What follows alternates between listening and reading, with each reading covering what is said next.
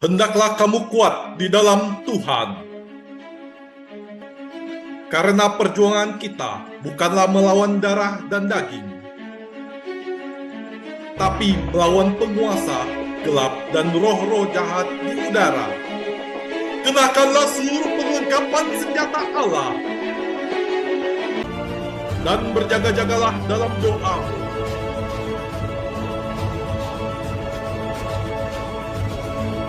Legion of Jesus memberitakan kabar baik kepada semua orang. Halo, shalom saudaraku. Jumpa lagi dengan saya Fabian Seko dan channel Legion of Jesus memberitakan kabar baik bagi semua orang.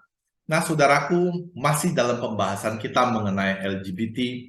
Kali ini kita akan melihat bagaimana LGBT bisa jatuh ke dalam dosa. Saudaraku, penting dipahami bahwa terdapat dua macam hal yang berbeda. Yaitu hal yang pertama adalah kecenderungan homoseksual, dan yang kedua adalah menjadi pelaku homoseksual. Saudaraku, kecenderungan, ketertarikan terhadap sesama jenis itu belum membuahkan yang namanya dosa. Jadi kalau hanya di dalam diri kita terjadi ketertarikan terhadap sesama jenis, itu kita belum berbuat dosa. Sebelum dinyatakan di dalam aktivitas seksual homoseksual. Nah, Gereja Katolik menganggap kecenderungan ini sebagai ketidakteraturan yang objektif. Mereka menjurus kepada hubungan seksual yang tidak wajar. Kecenderungan homoseksual di sini menyerupai kecenderungan yang dimiliki untuk kebiasaan buruk lain. Misalnya ada orang yang memiliki kecenderungan pemarah, ada orang yang pemabuk, ada yang pemalas, dan juga seterusnya. Dalam hal ini yang kita ketahui adalah kecenderungan ini baru akan berubah menjadi dosa jika keinginannya dituruti. Dalam hal ini adalah jika mereka yang gay atau homoseksual terus bergaul di dalam lingkungan gay dan mempraktikkan kehidupan seksual gaya gay ini. Namun, jika tidak, maka kecenderungan tersebut tidak berbuah dosa. Kecenderungan ini benar-benar ada dan nyata, walaupun bukan berarti kita dapat membiarkannya. Contoh, tentu saja kita tidak dapat mengatakan karena seseorang memiliki kecenderungan pemarah, maka dia boleh saja hidup sebagai seorang pemarah, bukan? Kita justru harus bisa mengalahkan kecenderungan tersebut, kecenderungan marah tersebut dengan kuasa yang diterima dari kemenangan akan salib Kristus yang mengorbankan diri. Sebab oleh dia segala belenggu dosa dipatahkan.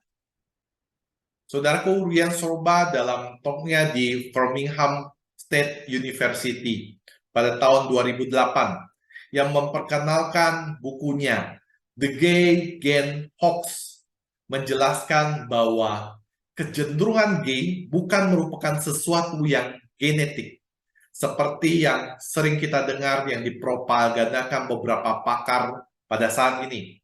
Karena berdasarkan penelitian yang dilakukan di Skandinavia pada bayi-bayi kembar, dapat diketahui bahwa salah satu dari bayi tersebut dapat menjadi gay, namun yang lainnya normal. Seandainya homoseksual itu genetikal, tentu kedua bayi itu bisa menjadi gay, bukan?